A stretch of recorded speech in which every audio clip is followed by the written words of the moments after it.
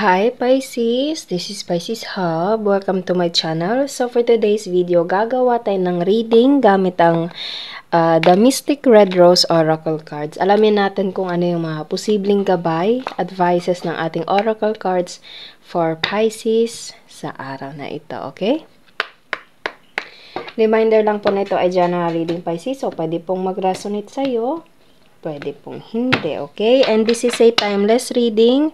So, kahit anong araw, buwan, taon mo ito napanood, basta magtugma po sa'yo, take lang. Pag hindi, huwag pong ipili, okay? So, alamin natin kung ano yung mga posibleng mangyari, mga gabay mensahe ng ating Oracle Cards for Pisces sa araw na ito. Wow, may nag-flip agad. Partying, time with friends, having fun, happily single, living in the moment. Okay, so, pwedeng you're just having fun right now, Pisces, or parang, ano lang, parang go with the flow, ini-enjoy mo lang yung buhay. Ganon, okay?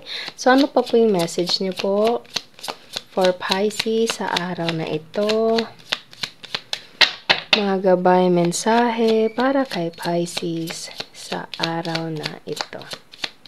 Pwedeng merong party, event na darating Pisces. Okay.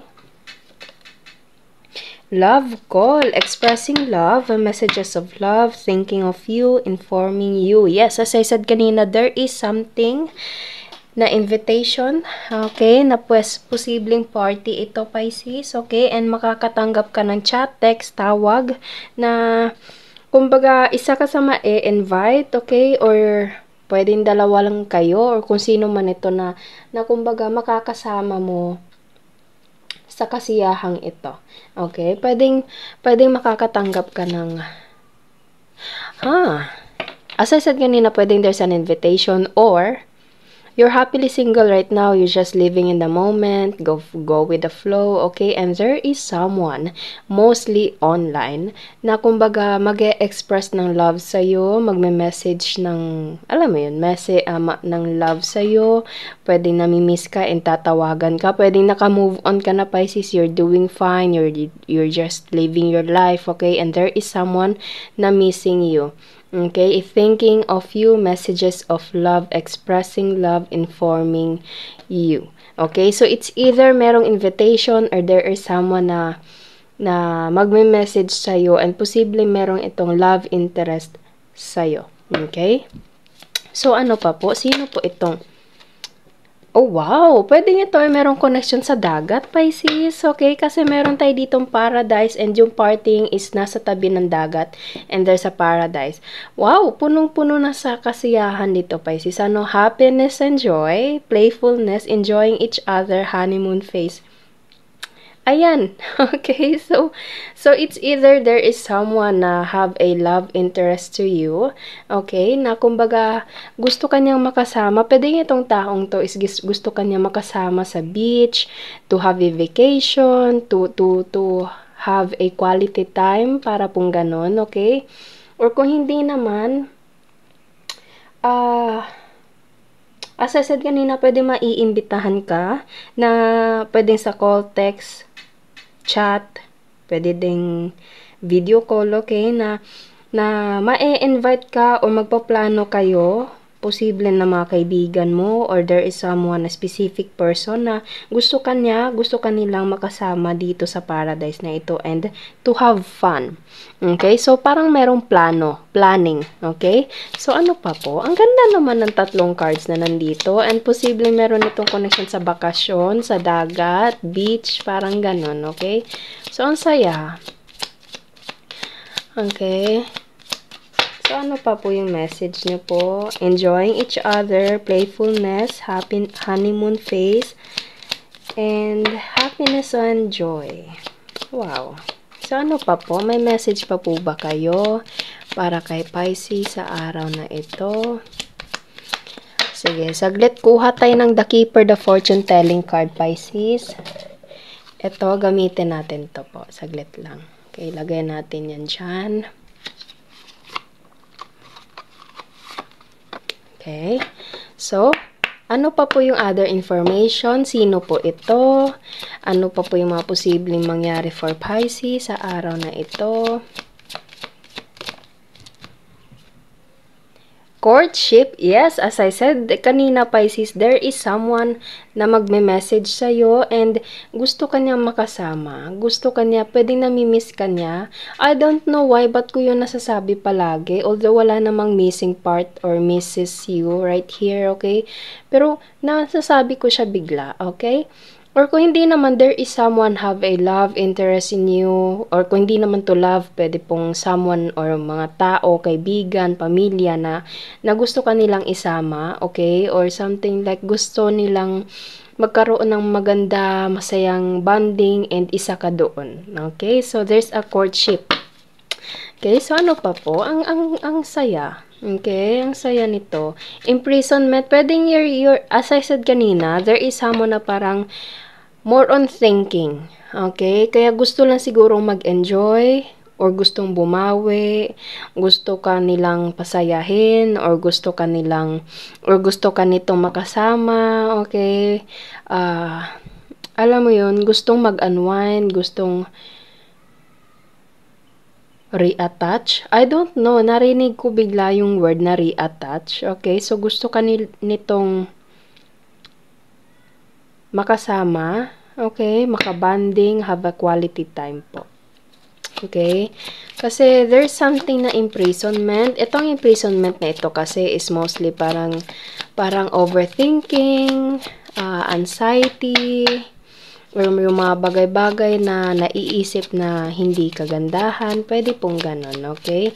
So, pwede po siyang sa love, pwede po siyang sa friendship, okay? Pwede meron kang kaibigan na kumbaga kailangan yung magkita, kailangan yung magbanding para maibsan yung mga pangaraw-araw na pangyayari. And there's a privileged lady, pwedeng ikaw to Pisces, or you're dealing with someone na nakikita ka ng taong to as a privileged lady. Okay? So, sino pa po? Ano pa po yung message niyo po for Pisces sa araw na ito? Mga gabay mensahe para kay Pisces sa araw na ito. May message pa po ba kayo? Okay, so wala na siya masyadong mag-flip. Sige, kuha tayo ng the tarot card po. Gamitin natin to. Okay. Another information pa po para kay Pisces. Ano pa po yung other information po para kay Pisces sa message na ito, sa reading na ito?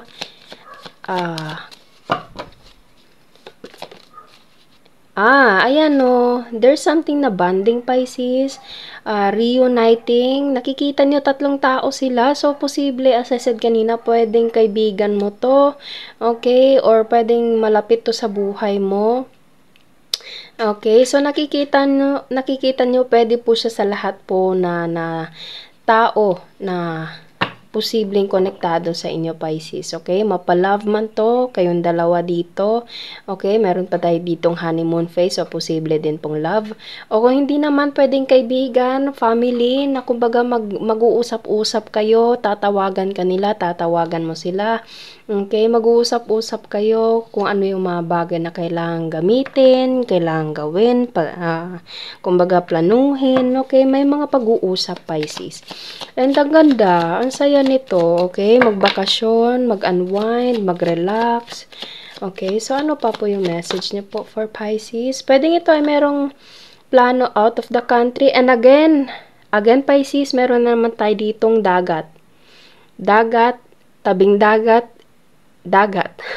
Okay, so pwedeng there's a big possibility of swimming, okay? Or kung hindi naman to swimming, pwedeng merong connection sa dagat, pwedeng dadaan sa dagat, pwede pong ganun, okay? So, ano pa po? There's a planning, ayan no, meron na siyang 2 wands, okay? So, merong plano. Okay, so, ang ganda, ang saya ng planong ito, kung ano man ito, kung sino man itong kasama mo po, okay? So, enjoy this moment, Pisces, deserve mo to. Okay, so, meron tayo ditong Ace of Pentacles together with 10 of Swords. Yes, this is something like parang kailangan nyo tong gawin for you to cope up, for you to unwind, for you to regain your love, to rebuild your friendship, okay? Or something like mag-unwind lang, okay? Para kumbaga meron kayong kailangan yung gawin to para maibsan or makalimutan yung mga pinagdadaanan sa buhay, Pisces, lalo na tong 10 of Swords. Ang dami yung pagsubok sa buhay. Ito yan, mga pagsubok. So, itong kung sino man itong mga taong kasama mo dito or kayo lang dalawa, pwedeng ito ay mayroong connection sa friendship, sa family, or pwedeng kayong dalawa nito, mag-asawa, mag-boyfriend, girlfriend, long distance, or whatever. Kailangan yung gawin ito na magsama, magkakaroon ng quality time for you to have a deeper connection with this person or people, okay? And have a quality time. Enjoy this moment, Pisces. Sobrang ganda ng reading natin ngayon. It's like parang bonding, okay? So, ang ganda. Gusto ko din ito. Okay, so kuha tayo ng mga initials, random words, kung sino or ano po yung mga konektado for Pisces sa araw na ito. Ayan, so meron tayo ditong letter. Meron tayo ditong B, R, Q, may Q tayo dito, Pisces, and M. Ayan, tapos may maputi, pangarap, masipag. Pwedeng masipag kayo sa trabaho and kailangan nyo munang mag-relax, okay? Moreno, morena. Straight hair. Panaginip. And payat, okay? So, posibleng nandito, posible din pong wala. It's okay lang, okay? So, yun po ang ating reading for Pisces sa araw na ito. Naway nag-resonate po and naway nagustuhan nyo po. Huwag niyo po sanang kalimutan na mag-like at mag-subscribe po sa ating channel and click the bell button, Pisces, para ma-notify po kayo sa next videos na i-upload natin, okay? So, thank you, Pisces, and God bless!